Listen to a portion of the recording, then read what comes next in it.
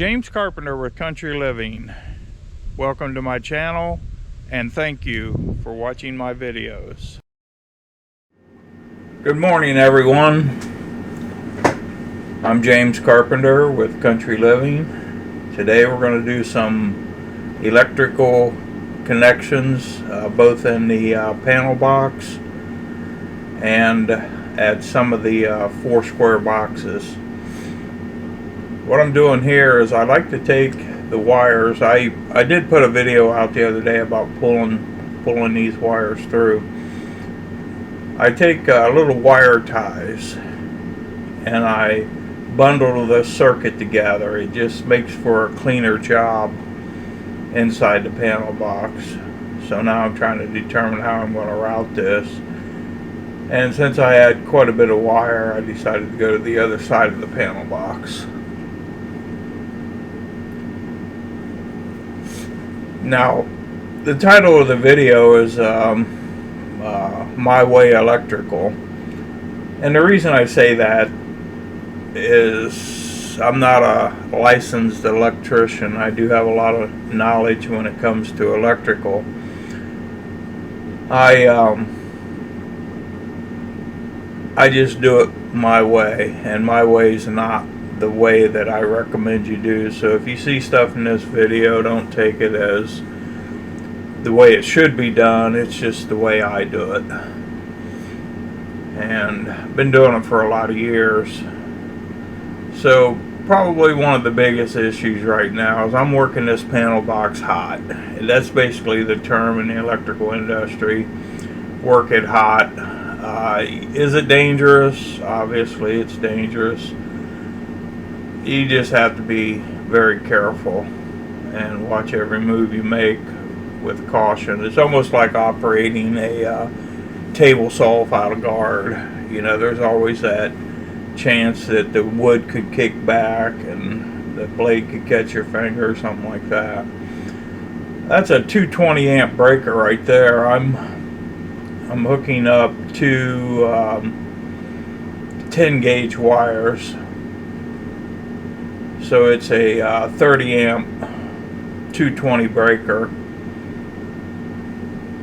And if you'll notice, I really put some torque on them screws. And the reason I do that is because if you were to go into an older panel box that's maybe been installed 25 years ago or something along those lines, you can actually go through there and check all the connections.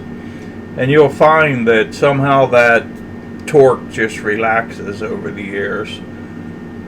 And the key to electric, oh, here, I want to show you this. That's a diagram of the shop with numbers that correspond with the numbers inside the panel box.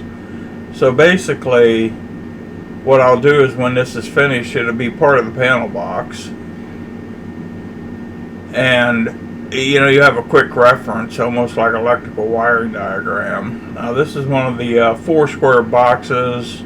You can call this a junction box.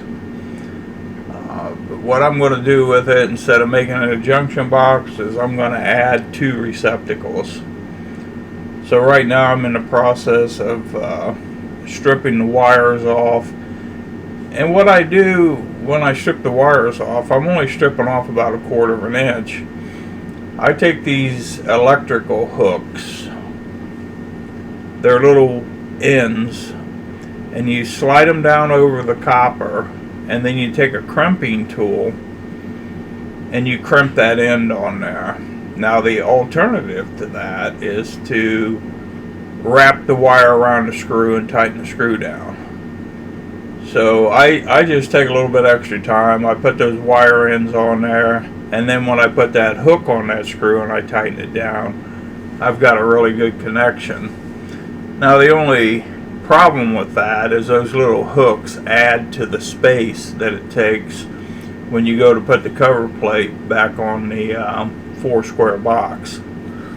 So it can make things a little more difficult, but I've learned over the years to use bigger 4 square boxes. Allow yourself some room to get those wires in there, because one thing I do like to do too is leave loops and loops are just a coil of wire in case you need to go in and make some kind of modification. It's always nice to be able to access a little more wire. You know, if your wires get too short, there's not much you can do. Now you can see I put those hooks on the screws and then tighten them with that drill gun. And I'm back at the panel box now, hooking up another. This is a 110 breaker. So basically the breaker gets the hot wire, the neutral wire goes on the neutral bar, which is the white wire, and the green wire goes on, actually in these newer panel boxes, it goes on the same set of lugs as the neutrals. Used to be, years ago, the ground circuit was a separate little set of lugs. But if you look inside the panel box, I know it doesn't look perfectly neat, and I'll tell you why. I, again, go back to that term, leave a little bit of extra wire, so when I route it kind of loopy like that, it allows me to leave a little bit extra wire in the panel box, which is, I feel, is important. If you enjoyed the video, take a few moments and subscribe if you want more content from me, and like the video. That helps the YouTube algorithm. Anyhow, it just makes things better.